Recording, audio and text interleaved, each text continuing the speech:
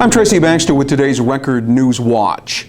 A Boston architect was scheduled to testify this afternoon before members of the Orange County Legislative Committee investigating the structural integrity and possible cost of repairs to the closed government center in Goshen. Committee members had hoped to take architect Robert Miklos on a tour of the locked building prior to his testimony, but that didn't happen because county officials imposed a 48-hour notification time frame before they'd allow access to the government center. Many questions need to be answered.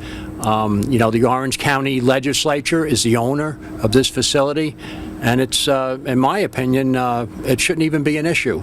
But we've been kind of stonewalled again. We're here. We have somebody we want to bring into the building before he testifies in this afternoon session, and we've been denied access. That access has been granted to the committee for noontime Monday. Miklos is being brought in to testify because his firm is overseeing the overhaul of a Massachusetts library that has striking similarities to the structure of the Goshen Government Center. The committee will offer its recommendations on whether the building should be renovated or demolished and replaced, the option long supported by County Executive Ed Diana. Miklos provided generally favorable testimony for those in support of the repair option. He said while a renovation would be challenging, said it could be done and completed in 9 to 10 months. And he said there would be no need to remove the outside walls, something county consultants had said would need to be done. They certainly were in the right place at the right time. The two Ulster County Public Works employees who were working on a flood-damaged bridge along Oliveria Road in Shandaken Thursday morning. When they heard cries for help, Bob Walker and Bob Morse discovered the man who lived alone nearby pinned under his lawn tractor. He'd been there for about 13 hours. We showed up at work this morning and we heard yells for help. I couldn't figure out where they're coming from. Finally we figured out it coming from a neighbor across the street. He was pinned under his tractor all night long. And you could see where he was trying, made some tracks there. He was trying to get out from the tractor. Then we realized he was pinned, and once we got it off him, we talked to him. We realized that he had been out all night long, and that he had been pinned since 7 o'clock the previous night.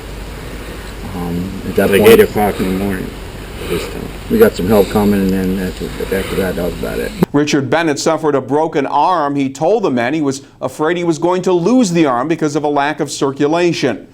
Walker and Morris said they knew Bennett because he would often bring water to DPW crew members on hot days. Turned out to be a major pot bust. In March of 2011, law enforcement personnel raided several suspected marijuana grow houses in Sullivan County. The haul, about 7,900 plants, as well as sophisticated pot growing equipment. 15 people were initially arrested, and Thursday 5 men were named in a federal indictment, charging them with overseeing the multi-million-dollar operation that grew thousands of pounds of marijuana for 3 years in remote county locations. Those charged include Frank Natiello III, considered the major distributor, and Clemente Fernandez. Both are now under arrest. 3 others named in the indictment had yet to be taken into custody. Call it a case of sticker shock. According to state officials, cash tolls on the new Tappan Zee Bridge will be in the neighborhood of $14, around $8.40 for daily commuters and $13.30 for Easy Pass users. The hefty toll projected for the new Tappan Zee, which would triple what is currently being charged, would put it on par with New York City's Hudson River crossings. The cash toll for the George Washington Bridge is due to rise to $14 cash in December of 2014. The new Tappan Zee Bridge is scheduled for completion in 2017. Firemen from Middletown and vicinity got a fire quickly under control this morning in a house at number 16 Benton Avenue. Witnesses reported seeing flames shooting out attic windows. Firefighters extinguished them within minutes. Upper sections of the house sustained smoke and water damage. The female resident and her cats escaped unhurt. Investigators say the origin of the 8 a.m. fire was an overheated extension cord connected to a fan that had been placed in the attic. It's a dangerous environment. That's how Town of Cornwall Supervisor Kevin Quigley described the remains of a section of the Cornwall Industrial Park that was destroyed by a fire last January and is yet to be cleaned up. A demolition plan for what is left of the fire-damaged structure has not been implemented by the site owner, with asbestos contamination a major cleanup concern. The fire was labeled accidental, although a specific cause was not determined. Police say a second fire in June at the same location was deliberately set. And work is getting underway to renovate the old Rosendale train trestle in Ulster County, which will become an important part of the expanding Wallkill Valley Rail Trail. The Wallkill Valley Land Trust is overseeing the renovations, and officials there say adding the 940-foot-long trestle bridge will help them reach their ultimate goal of running the trail all the way to Kingston. The organization is currently conducting fundraising activities.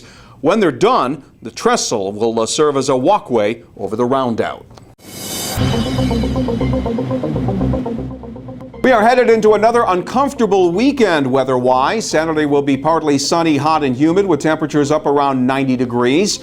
And we can't rule out the possibility of a late-day thunderstorm. More of the same Sunday, partly sunny with more high levels of humidity and the highs again around 90. And there is a better chance of late-day showers on Sunday. Stay connected to breaking news all weekend long right here at Record Online and get an in-depth look at all that's happening in the weekend editions of the Times-Herald Record. For Record Newswatch, I'm Tracy Baxter.